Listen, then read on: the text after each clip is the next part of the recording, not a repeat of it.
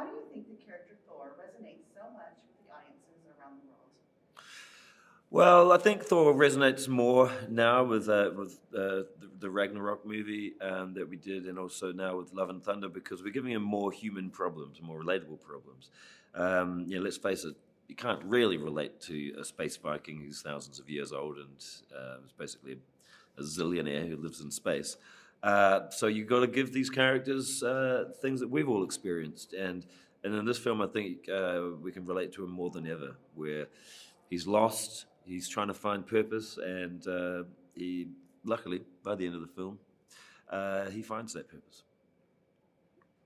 How would you describe your approach to Thor? My approach to Thor was to create a film that's fun and energetic and adventurous, but also emotional. And I really wanted to concentrate on this idea of love and what love means to Thor, and and whether or not that's the thing he's searching for, is this idea of loving someone and being loved. Explain the reflective nature of Thor as we find him in Thor, Love and Thunder, and how this version of Thor continues the character's growth since we first met him. So we find Thor in a very reflective, meditative position at the beginning of the film. He's trying to find himself. He's looking internally. He's doing a lot of searching, like a lot of us do when we feel lost. We suddenly turn to crystals in meditation to try and figure our stuff out. And it's the same with Thor in this. We wanted to create this idea that he's going through a midlife crisis, and after years of saving planets and saving other people, he hasn't really left anything for himself. And it's about him finding the way to find purpose. Natalie Portman is back, this time joining the ranks of MCU superheroes. Describe the character's transformation in the film and how Natalie made it happen. So Natalie Portman is now back in the MCU. She's back in the Thor franchise, and in a bigger, better, bolder way. And it's extremely exciting because she's now the mighty Thor. She's no longer Thor's girlfriend, the scientist in Albuquerque. She's now the mighty Thor who has the hammer, and she's got the cape and the armor, and she can fly, and she's wielding Mjolnir, and she can harness lightning. I mean, she's an incredible character, super strong, and it's great to see Natalie. It's great to see a female superhero all the time. It's great, but to see one so powerful and really dominating a lot of the storyline, and really being an equal presence with Thor is a great thing to see. Describe Thor's reaction to her newfound power and his lingering feelings for her. Yeah, so when Thor and Val, when Thor and Jane meet after years of being apart and years of not talking, she's on the battlefield and she's dressed as the mighty Thor, and she's got her powers and she's doing amazing things with the hammer. She can wield the hammer in a way that Thor never could, and Thor's reaction, apart from the surprise and the shock at seeing someone holding his hammer, is really more focused on that's his ex-girlfriend, and he hasn't seen her for a long time, and maybe this is the thing he's been looking for to fill that hole in his life, the thing that might give him purpose. Can you introduce the villain in this film? Who plays him and what fans can expect? The villain in this film is played by Christian Bale, and the villain's name is Gore the God Butcher. And he comes from a run of comics from Marvel,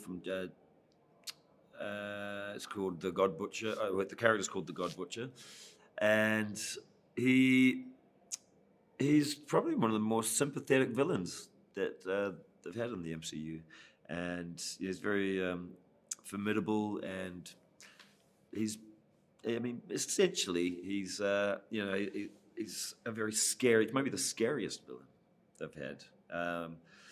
But he's sympathetic because he's dealing with issues that, without giving it away, you understand where his anger and his drive comes from.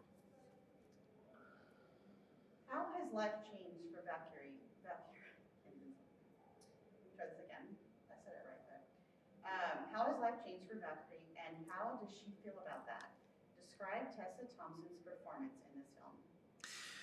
Tessa Thompson is back as Valkyrie, and she's now King Valkyrie. She's ruling over New Asgard in Norway, and they're making their best attempts to integrate into Earth society, and they've made a little tourism town out of that little part of Norway, and they've got a thriving industry. And Valkyrie is overseeing all of this. She's got new responsibilities.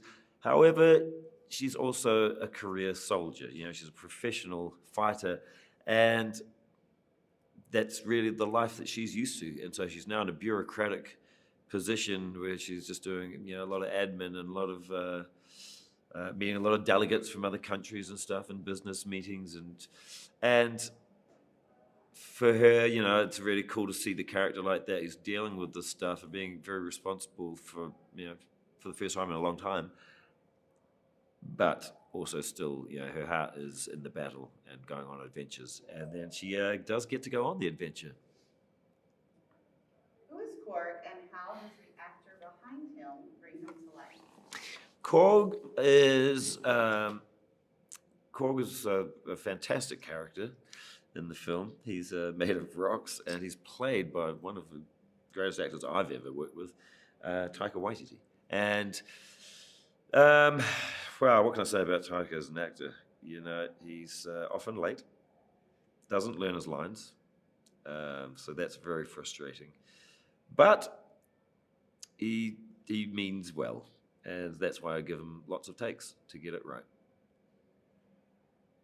Talk about Russell Crowe as Zeus and how he was welcomed to the world of gods. Russell Crowe, one of the finest actors ever to grace the silver screen, is someone that I've admired for many years. I think I've seen Master and Commander about 60 times, and Gladiator probably 100. And he comes into the film playing Zeus, the Greek god. I shouldn't have to explain that, but he's just an amazing force, an amazing presence, and he's kind of like the overlord of all the gods, and he just brings a real sort of like weight to that part of the film, and it's also fun. It's Russell Crowe being a bit cheeky. Describe the music in Thor: Love and Thunder, both songs and score, and how both support and elevate the storytelling.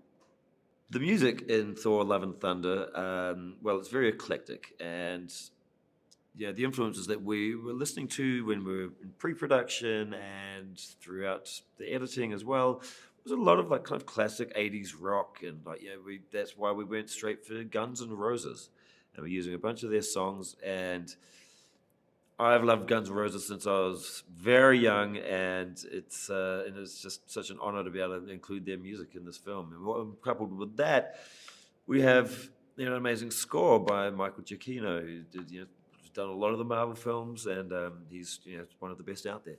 And it just helps to create a wonderful tone that switches between the emotion and also the adventure and the overall over-the-topness of the story. You talk about working within the volume versus green screen, and what does it do to help an actor's performance? For this film, Thor: Love and Thunder, we used the volume, which is basically it's a big circular room made of LED screens, and you project your environments on the screen. So imagine 1,000 televisions all in a big circle in the ceiling as well, and then you put an entire environment 360 degrees. And what's great is it lights the characters, and the actors themselves can see all of the stuff. They can see what instead of on a green screen or a blue screen, you're asking the actors to pretend they're looking at something, and then you put that in later on. And so often they'll be looking at like a little dot on a green screen or a tennis ball on a stick, and then they ask, "What is this?" And you have to say, "I don't know. It might be a dragon, but it also might be a flying dolphin." What are these goats we keep hearing about? There are two really great, wonderful characters in the film named Tooth Gnasher and Teeth Grinder, and they are gigantic goats. and they're space goats, and they are a very important part of the film because they drag the Viking ship that our heroes on their journey on, and they drag it through space. And so these goats they actually come from the original Thor mythology, the Norse mythology, and they also come from the comic books. So they've been around a long time, the first time in a movie.